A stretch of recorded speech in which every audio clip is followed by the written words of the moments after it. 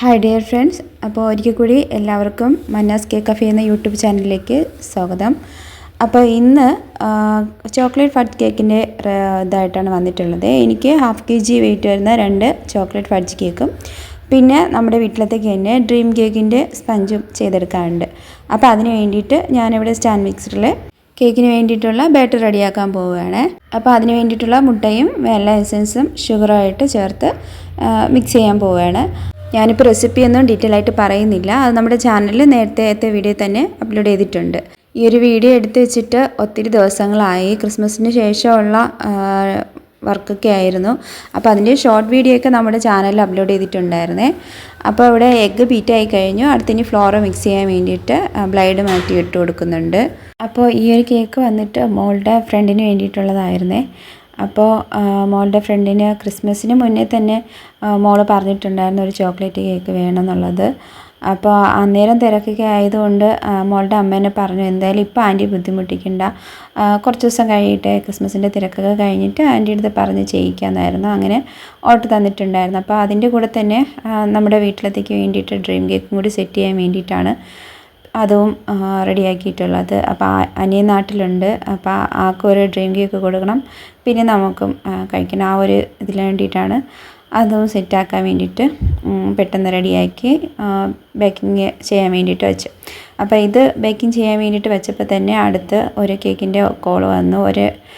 അന്നേനെ കൊടുക്കാൻ വേണ്ടിയിട്ടുള്ളതായിരുന്നേ. അപ്പോൾ അന്നൊരു ഉച്ചയ്ക്ക് കൊടുക്കാനുള്ള കേക്കായിരുന്നു. അപ്പോൾ അതൊരു വൈറ്റ് ഫോറസ്റ്റ് ആയിരുന്നു, 1/2 kg. അപ്പോൾ അതും പെട്ടെന്ന് ബാറ്ററൊക്കെ റെഡിയാക്കി ഇത് ഓവനിലോട്ട് വെക്കുന്നുണ്ട്. അപ്പോഴേക്കും തന്നെ നമ്മുടെ ചോക്ലേറ്റ് സ്പഞ്ചൊക്കെ റെഡിയായി കിട്ടി. അപ്പോൾ അത് പിറ്റേ ദിവസം ഐസിങ് ചെയ്താൽ മതി. അപ്പോൾ അതൊന്ന് മാറ്റി വെച്ചിട്ട് വൈറ്റിൻ്റെ സ്പഞ്ച് പെട്ടെന്ന് തണുപ്പിച്ച് നമ്മൾ ഐസിങ് ചെയ്യാൻ പോവുകയാണ്. ഇത് നമ്മൾ സാധാ ചെയ്യുന്ന വൈറ്റ് ഫോറസ്റ്റ് തന്നെയാണ്. ഇതിൻ്റെ ക്രം കോട്ടിങ് വീഡിയോ ഒക്കെ ഞാൻ ഷോർട്സിലൊക്കെ അപ്ലോഡ് ചെയ്തിട്ടുണ്ടായിരുന്നു. എന്നാലും ഞാൻ ചെയ്യുന്ന മെത്തേഡ് ഒരിക്കൽ കൂടി പറയാം. ഞാൻ ഇത് സോക്ക് ചെയ്യാൻ വേണ്ടിയിട്ട് കണ്ടൻസ്ഡ് മിൽക്കും ഷുഗർ സിറപ്പും കൂടി മിക്സ് ചെയ്തിട്ടാണ് എടുക്കുന്നത്. പിന്നെ നമ്മുടെ ക്രീമിന് പുറത്ത് കുറച്ച് ഒന്നുകിൽ കണ്ടൻസ്ഡ് മിൽക്ക് ആഡ് ചെയ്യും, ഇല്ലെന്നുണ്ടെങ്കിൽ ചോക്ലേറ്റ് ഗണേഷ് കുറച്ച് ആഡ് ചെയ്ത് അതിൽ ചെറീസും പിന്നെ ചോക്ലേറ്റും കൂടി ഗ്രേറ്റ് ചെയ്തിട്ട് കൊടുക്കുക. അപ്പോൾ അങ്ങനെ ഒരു ഫില്ലിങ്ങാണ് കൊടുക്കുന്നത്.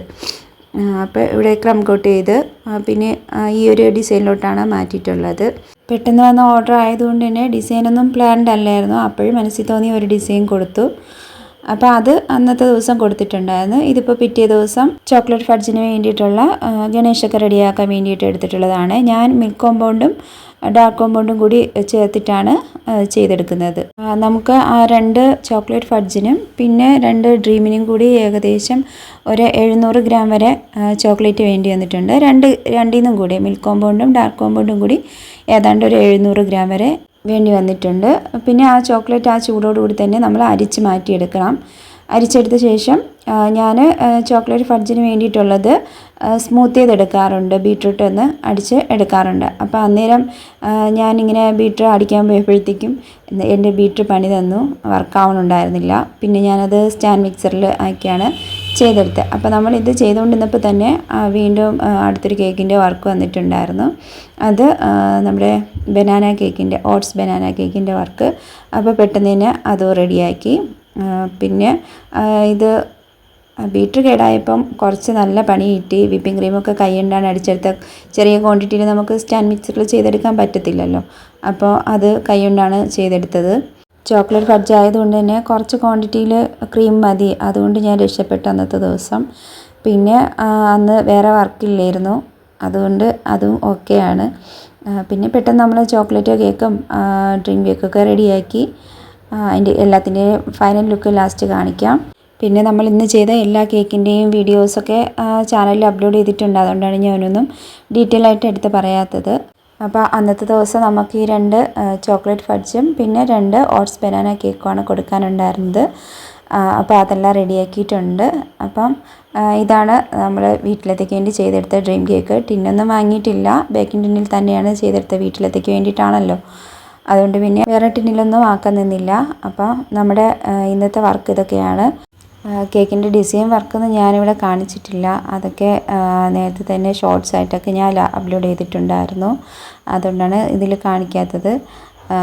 പിന്നെന്ത് പറയുക, നമ്മുടെ ഈ കൊച്ചു ചാനൽ ചാനലിലെ വീഡിയോസും കാര്യങ്ങളൊക്കെ നിങ്ങൾക്ക് ഇഷ്ടപ്പെടുകയാണെങ്കിൽ ഒന്ന് സപ്പോർട്ട് ചെയ്ത് കൂടെ നിൽക്കണേ. ഇതുവരെയും സബ്സ്ക്രൈബ് ചെയ്യാതെയാണ് നമ്മുടെ വീഡിയോസൊക്കെ കാണുന്നതെങ്കിൽ ഒന്ന് സബ്സ്ക്രൈബ് ചെയ്ത് സപ്പോർട്ട് ചെയ്യണേ.